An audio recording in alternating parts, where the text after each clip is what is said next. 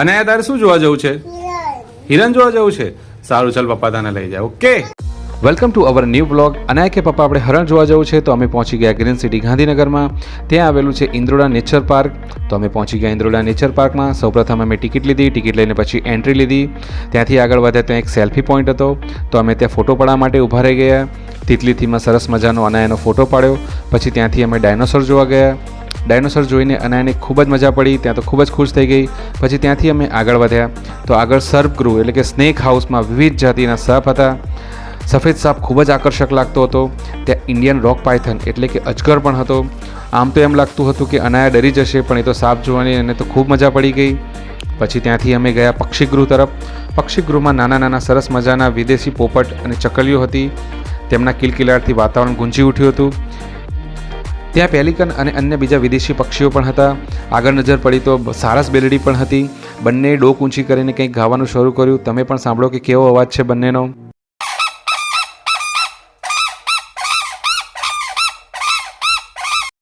એકદમ શાંત વાતાવરણમાં એમનો અવાજ ગુંજી રહ્યો હતો. અનાયા તો ઘડીક ડરી જ ગઈ. પછી ત્યાંથી આગળ વધ્યા તો ત્યાં નીલગાય અને એનું બચ્ચું પણ ફરતા હતા.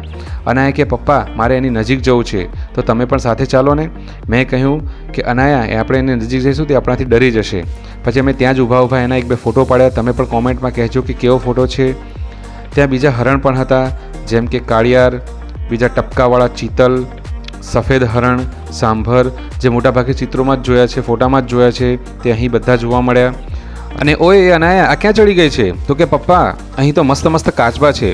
કાચબા ઘરમાં વિવિધ જાતિના કાચબા હતા અને એની સામેની બાજુ ઘડિયાળ, મગર પણ હતા. એ જોઈને અમે દીપડો, વાઘ અને સિંહ જોવા માટે એમના પાંજરા બાજુ પહોંચ્યા. દીપડો તો મસ્ત પાણીના છંટકા વચ્ચે આમથી તેમ આંટા મારતો હતો અને વાઘ અને સિંહ તો બપોરનો ટાઈમ હતો એટલે ખાઈને સૂઈ રહ્યા હતા. ત્યાંથી પછી અમે બ્લુ વેલનું હાડપિંજર જોવા ગયા. અંદાજિત 22 મીટરનું એ હાડપિંજર ખૂબ જ મોટું હતું.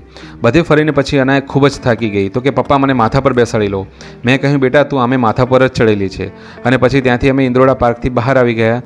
ક્યાં જવું છે અનાયા? લચ્છી પીવા.